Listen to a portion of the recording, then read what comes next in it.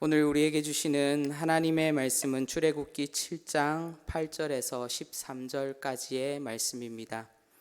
출애굽기 7장 8절에서 13절까지의 말씀입니다. 제가 가지고 있는 성경은 구약성경 91면에 있습니다.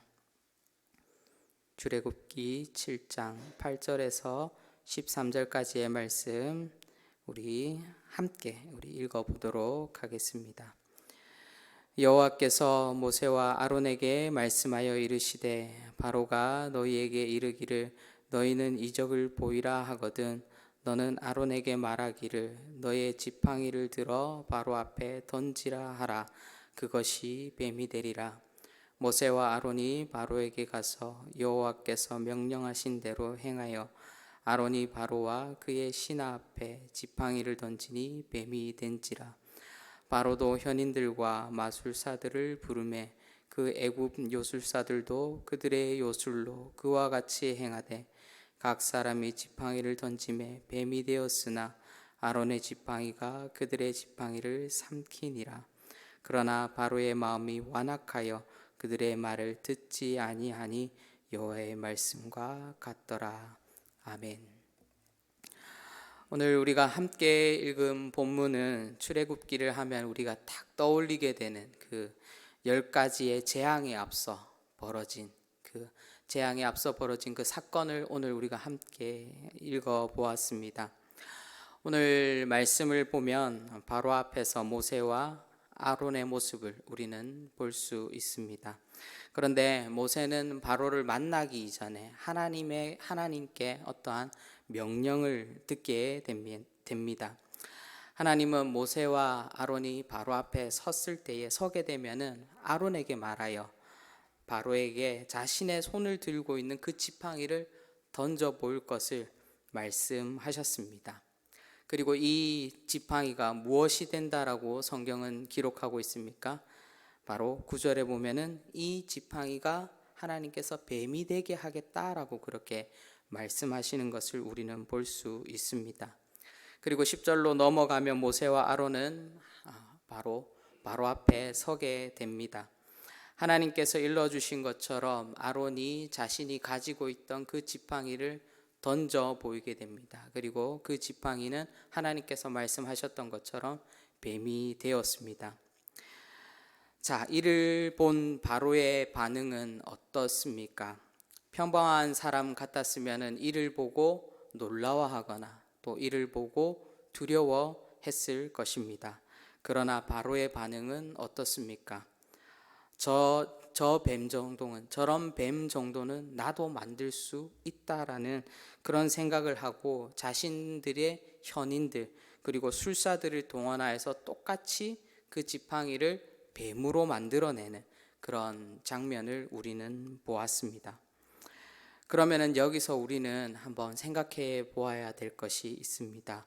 왜 하나님께서 그 10가지 재앙 중에서 첫 번째 재앙을 바로 그 이집트 파라오에게 왕에게 내릴 수 있었음에도 불구하고 바로와 만나자마자 첫 번째 재앙을 하나님께서 분명히 내리실 수 있음에도 불구하고 왜 하나님께서 이 아론을 시켜서 모세에게 말씀하여 아론을 시켜서 지팡이를 던지게 하고 뱀이 되게 하는 이 사건을 왜 바로에게 보여주셨냐 하는 것입니다. 오늘 우리가 읽은 본문은 단순하게 바로도 하나님과 동등하지는 않지만 비슷한 능력을 가지고 있다라는 것을 보여주기 위해서 성경은 그렇게 기록하고 있는 것이겠습니까? 그것은 아닙니다. 그리고 어떻게 아론의 지팡이가 이집트의 술사의 지팡이보다 좋은 지팡이고 능력이 있는 지팡이다. 이 지팡이에 대해서 무언가를 말씀해 주기 위함도 아닙니다. 오늘의 본문은 모세와 아론을 통해 하나님께서 바로에게 마지막 경고를 하기 위하여서 최후의 통첩과 동시에 바로 하나님께서 바로에게 마지막으로 베푸시는 그 자비를 말씀해 주시기 위해서 바로 이 사건을 하나님께서 준비하셨다라는 것을 우리는 알 수 있어야 하는 것입니다. 그런데 오늘 본문을 보면 하나님의 경고를 바로는 어떻게 받아들이고 있습니까? 단순히 이 바로는 이 모세와 아론 자신과 이 세 명의 사이에 어떠한 자존심 싸움으로 받아들이고 있는 그 이집트 왕의 모습을 우리는 볼 수 있습니다. 바로 이 바로의 모습 속에는 교만이 가득함과 동시에 모세와 아론 그 뒤에 있는 그 하나님의 모습을 보지 못하는 그런 어리석음이 있음을 우리에게 보여주고 있는 것입니다. 바로 하나님의 경고를 이해하지 못하는 그런 어리석음 또한 우리는 이 이집트 파라오의 바로의 모습 속에서 우리는 볼 수 있는 것입니다. 그러면 오늘 이 메시지가 바로 우리에게 주는 말씀은 무엇입니까? 이 말씀이 바로 우리에게 주는 하나님의 음성은 무엇이겠습니까? 저는 이 본문을 묵상하면서 어떤 마음이 들었냐면 과연 나의 모습은 이 이집트 왕의 모습인가, 바로의 모습인가, 아니면은 나의 모습은 모세와 아론과 같은 모습인지 묵상해 보았습니다. 제가 이 말씀을 묵상하면서 저의 모습을 돌아보면서 나는 나의 삶이 이 바로와 아론의 모습을 닮아가기를 원하지만 우리의 마음 가운데는 아직도 이 이집트 바로 왕과 같은 모습이 저에게 남아있음을 깨닫게 되었습니다. 바로는 하나님께서 바로에게 분명하게 경고하셨습니다. 마지막 자비를 베푸셔서 그 완악함에서 돌이켜서 하나님의 말씀에 순종할 그 기회를 하나님께서 주셨습니다. 그럼에도 불구하고 그것이 자비인지, 그것이 기회인지, 그것이 은혜인지, 그것이 은총인지 바로는 전혀 알지 못했다라는 것입니다. 바로 우리의 삶 속에서도 우리에게 날마다 하나님의 은혜와 자비와 은총이 주어짐에도 불구하고 우리는 그것을 생각하지 못하고 깨닫지 못하고 살아갈 때가 너무나도 많다라는 것입니다. 바로는 왜 이 하나님의 은총과 자비와 은혜를 알지 못했던 것이겠습니까? 바로 그 바로의 마음 속에는 어떤 마음이 가득 차 있었습니까? 그 마음 가운데는 자만심과 허영심이 가득 차 있었기 때문에 바로는 바로 눈에 하나님을 보지 못하고 믿음의 눈으로 하나님을 보지 못하고 바로 그 모세와 아론의 남루한 모습밖에는 보지 못했다라는 것입니다. 그렇기 때문에 하나님의 경고를 자연스럽게 무시하게 되었던 것입니다. 그런데 이러한 바로의 모습이 바로 바로의 모습으로만 끝나는 것이 아니라 이러한 모습이 저와 여러분에게도 동일하게 있다는 사실입니다. 생각해 보면 우리도 바로와 비슷하게 때로는 신앙생활 가운데 자만할 때가 많은 것을 우리는 알 수 있습니다. 자만의 사전적인 의미가 이것입니다. 자신이나 자신과 관련 있는 것을 스스로 자랑하며 뽐낸다라는 말이 자만이라는 의미입니다. 대부분 자만하는 사람들의 공통점이 무엇입니까? 항상 자기보다 못한 사람, 자기 자신보다 자기가 생각하기에 나보다 못한 사람을 기준으로 삼아서 자기 스스로 자랑한다라는 것입니다. 우리가 신앙생활 가운데 자만에 빠지는 이유가 또 무엇이겠습니까? 바로 신앙생활에 있어서 신앙생활이 어떻게 잘하고 못하고를 구분하는 것부터가 맞지 않겠지만 많은 신앙인들이 나보다 신앙생활 더 못하는 사람들을 기준 삼아서 자신이 신앙생활을 잘 하고 있는지 잘 하지 못하는지 구분한다라는 것입니다. 바로 이것 때문에 자만에 빠지는 것입니다. 그러면서 자연스럽게 어떻게 생각하게 됩니까? 나는 지금 신앙생활 잘하고 있구나. 이 정도면 잘하고 있네. 라고 자만에 빠지게 되는 것입니다. 사랑하는 성도 여러분, 우리의 신앙의 기준은 무엇입니까? 우리의 신앙의 기준은 사람이 될 수 없습니다. 바로 우리의 신앙의 기준은 하나님께서 주신 이 성경 말씀이 우리의 신앙의 기준이 되어야 되는 줄로 믿으시길 바랍니다.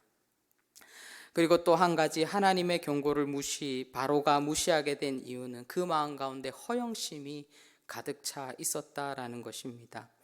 허영이라는 말은 자기 분수에 넘치고 실속이 없이 겉모습뿐인 영화 또는 이상의 거칠애라는 그런 의미를 가지고 있습니다.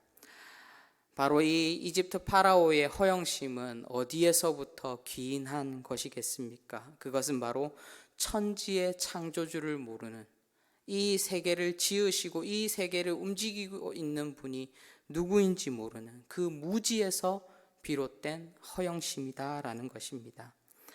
만약 바로가 자신을 이집트 왕으로 세우신 분이 하나님이었다라는 것을 알았다면은 이 이집트뿐만 아니라 전 세계를 다스리고 전 세계를 주관하시는 분이 하나님이라는 것을 알았다라면은 과연 하나님께서 보내신 이 모세와 아론 앞에서 자신의 지팡이를 꺼내어 들어서 나도 뱀을 만들어 낼 수 있다라고 그렇게 보일 수 있겠냐라는 것입니다. 바로 자신의 그 능력을 자랑할 수 있었겠냐라는 것입니다. 사랑하는 성도 여러분, 우리의 신앙을 점차 지키기 어려운 그런 시절을 우리는 살아가고 있습니다. 혹시 우리는 이런 삶 속에서, 이런 어려운 상황 속에서 혹여 우리의 신앙에 대해서 안일해 있지는 않은지 우리는 다시 한 번 더 생각해 보아야 합니다. 이렇게 어려움이 닥쳤을 때에 우리의 신앙은 한층 성장할 수도 있겠지만 또 한편으로는 이 어려움이 주는 상황 속에 파묻혀서 우리 안에 신앙의 자만과 영적 허영이 커질 수 있다는 사실을 우리는 깨달을 수 있어야 합니다. 과연 우리가 우리의 인생의 잘됨만을 위해서 신앙생활 하는 것은 아닌지, 과연 나는 지금 잘 믿고 있는 것인지 우리는 다시 한 번 더 이 시대 속에서, 이 시기 속에서 우리는 다시 한 번 더 생각하고 묵상해 보아야 할 것입니다. 오늘 우리가 읽은 본문까지 바로의 인생에서 가장 최고의 전성기를 살았습니다. 그러나 하나님의 경고를 무시한 인생의 결말은 어떠합니까? 우리는 이 본문 이후에 일어나는 그 10가지 재앙을 통하여서 바로의 결말이 어떻게 되는지에 대해서 너무나도 잘 알고 있습니다. 사랑하는 교우 여러분, 우리는 바로와 같이 되지 마십시다. 어려울 때일수록 우리의 신앙의 자만과 신앙의 허영에 빠지지 않게 우리의 기준을 하나님의 말씀에 두고 우리의 삶을 하나님께 맡겨 드리십시다. 사순절의 하루를 보내고 있는 이때에 나의 잘됨만을 위해서 신앙생활하고 나의 만족감을 누리기 위해서 신앙생활했던 그 모든 것들을 청산하고 다시 한 번 더 십자가를 기억하며 십자가의 은혜를 되새기며 나아가십시다. 기도하겠습니다. 사랑의 주님, 사순절의 하루를 보내고 있는 이 시간 속에서 혹시 우리의 마음 가운데, 우리의 신앙 가운데 자만이 가득하고 허영심이 가득하였는지 다시 한 번 더 우리의 모습을 돌아보게 하여 주시고, 이 어려움 속에 파묻혀서 살아가는 것이 아니라 다시 한 번 더 우리가 십자가를 바라보게 하여 주시고, 다시 한 번 더 우리의 삶의 기준을 말씀에 두고 정말 주님께서 우리에게 명령하신 그 명령을 따라서 제자의 삶으로, 그리스도인의 삶으로 주님 앞에 온전히 살아갈 수 있도록 성령 하나님 인도하여 주시옵소서. 하나님, 우리의 본분을 잊지 않게 하여 주시옵소서. 지금은 비록 우리의 육신은 땅을 밟고 있지만 우리의 소망이 하늘에 있음을, 또 우리 한 사람 한 사람이 하나님께서 이 땅 가운데 하나님의 나라를 세우기 위해서 보내주신 하나님 사명자임을 우리가 다시 한 번 더 기억하며 주님 앞에 나아갈 수 있도록 정말 하나님의 경고를 무시한 이 바로의 전철을 밟지 않고 정말 예수 그리스도의 그 길을 따라갈 수 있는 그런 온전한 성도들이 될 수 있도록 성령 하나님 인도하여 주시옵소서. 감사드렸고 예수님의 이름으로 기도합니다. 아멘.